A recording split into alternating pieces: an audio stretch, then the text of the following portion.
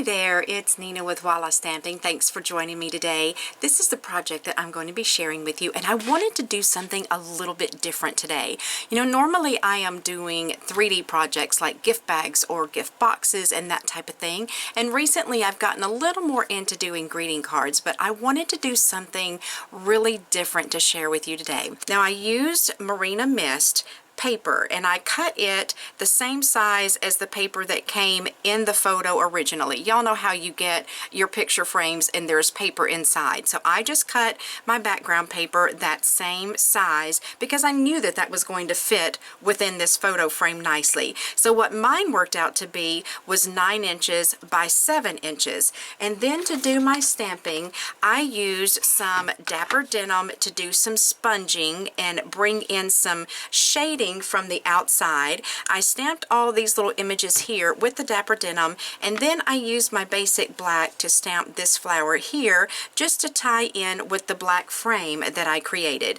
And to make this frame, I used our Lots of Labels framelets. Okay, so I have a giveaway for this washi tape. This is some that, what is it called?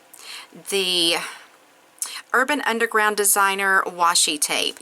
To be entered to win this package of washi tape, all you have to do is go to my blog, which is wallastamping.com, and leave a comment under today's project post, which I am calling Stampin UP Home Decor, and you'll be entered to win that washi tape. I'm going to do this photo to share with you on how to create this project.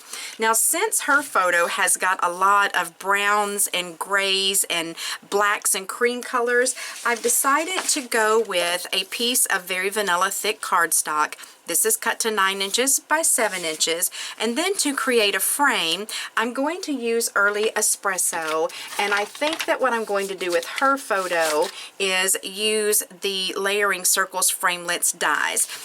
The shape and the size of her photo will not work well with the Lots of Labels, so that's why I've decided to go with the circles. I will have a list of all of the products that I'm using for this project listed at the very end of the video. There will also be a link to my blog, which is wallastamping.com, as well as links to all of the products in the description box below the video, and there will be a link to my online store, which is wallastamping.stampinup.net. So if you need any of the products, you can get them at any of those 3 places, and I will have links to all of those listed for you.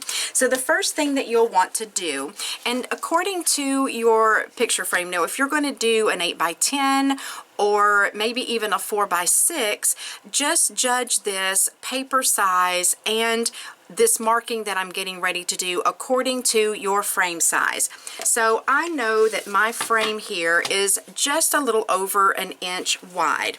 So what I'm going to do, I'm going to take my ruler and I'm going to line this up at 7/8 of an inch along the outside edge of my paper, and I'm going to draw lines all the way around every side at 7/8 of an inch. The reason that I'm doing this for myself is because this is a guide for me to know approximately where my picture frame is going to cover this paper. So if I'm stamping or doing any sponging or shading outside of these lines, then I'm going to know that it's going to be behind the photo frame and it's not going to show.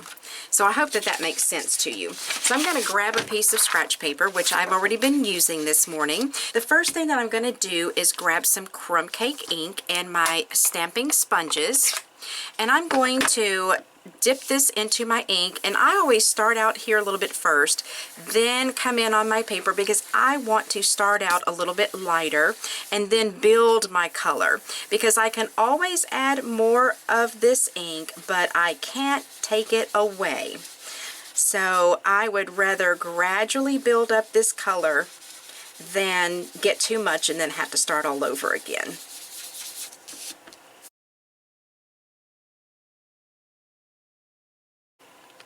So all I did was go all the way around and just hit with that crumb cake here and there, but I want to add a little more depth of color. So now I'm going to be using some soft suede, and I'm just going to work that in just a little bit down here in the corners where I have a little more concentration of color, because I really want this to have kind of an antique-y kind of a look to it. So that's why I'm pulling in a little bit darker color just down here in these corners.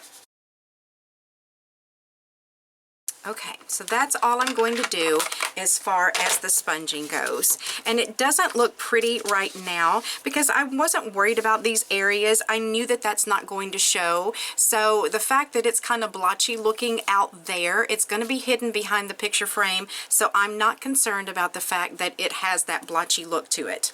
So now the next thing that you'll want to do is I'm taking my first stamp set, which is the birthday blooms, and I'm using this floral image right here. I'm going to stamp that with my early espresso ink. So I'm going to get this inked up really well. Then I'm going to stamp this, and I can still see my line down here, and I know that I do want some of that outside the boundaries of my photo frame. Okay, so let me get this off my block, and this is a block E. Then I'm going to take my second stamp set that I'm using, which is the Falling Flowers, and I'm going to use this stamp right here. And I'm going to put that onto my block D. And what I've done is I've made myself a mask. I knew that my little stamp here was going to come out of somewhat the top of this flower and kind of out of the bottom over here. So I made myself a mask, and to do that I just stamped this on a piece of copy paper, and then I just roughly cut out around the areas that I knew I was going to be stamping. And what this will accomplish, it'll allow this stamp to look like it's coming from out behind this flower image right here. So let me get this inked up, and I would suggest to you, if you have some Post-it note paper, especially if it is covered on the back with the adhesive that the Post-it notes have, use a piece of that, because then you can stick it in place and you don't have to worry about trying to hold it the way that I am. So what I'm going to do is I want this image to kind of come up and scroll around and lean in toward the image that I'm going to have on here. Then I'm going to ink it up again in my early espresso. And this time I'm going to stamp it from this direction. So see, when you take that away, you've got your image, but it does look like it's tucked in behind that. So the next thing that I'm going to do is I'm going to grab this little image, which that comes from the Falling Flowers. It's this one here. And I have another one. There we go. And this image right here, those are both from the Falling Flowers. And I'm going to do a couple of things here. I'm going to use my crumb cake. And I'm going to stamp this image up here a little bit lighter in the crumb cake. Or one will go here, and one will go here.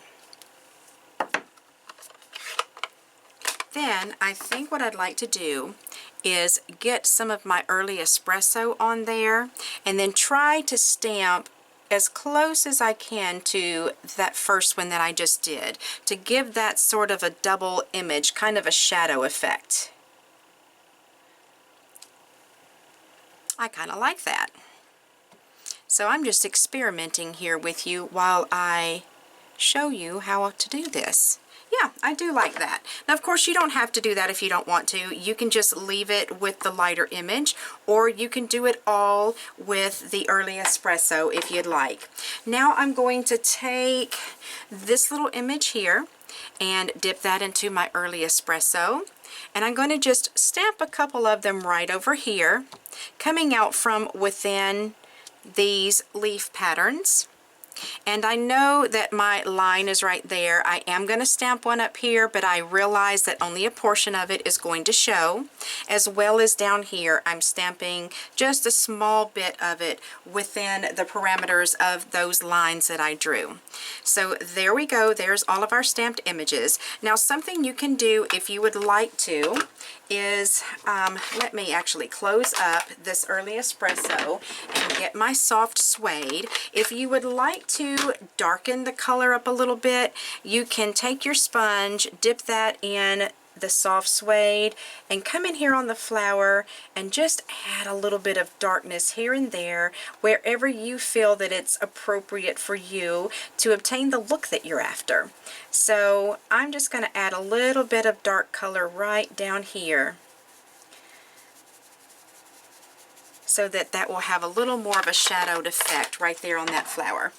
Okay, now I decided on this one, which I did not do on the first, to use a little bit of my Wink of Stella.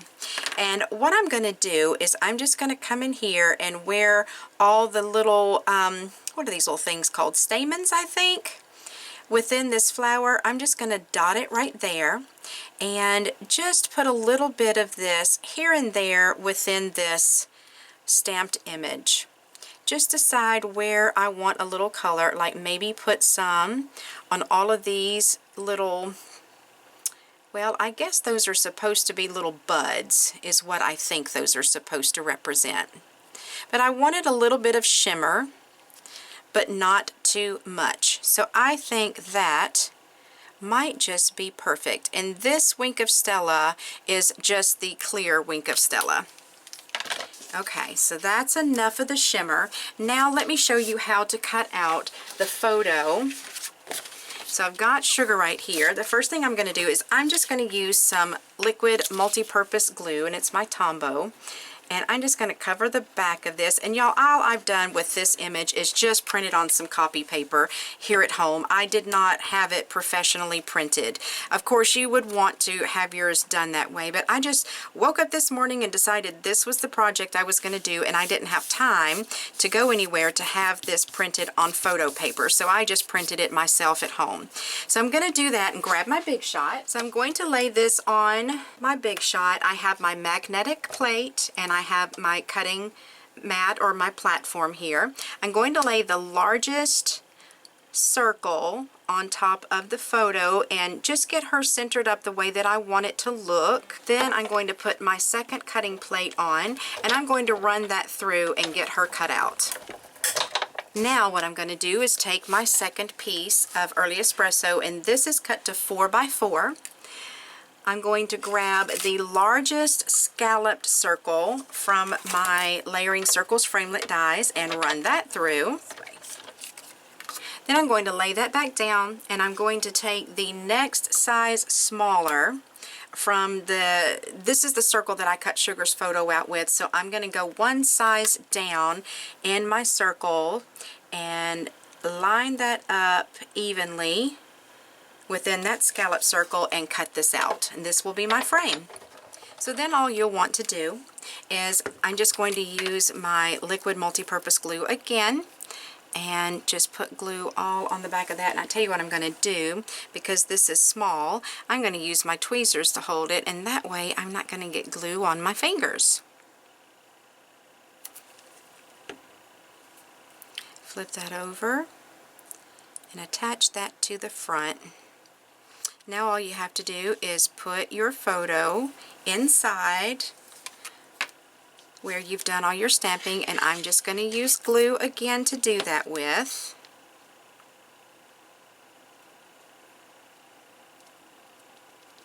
Stick that down, and of course you could embellish this more if you wanted to. I'm just going to keep mine relatively simple today. So here is my photo frame.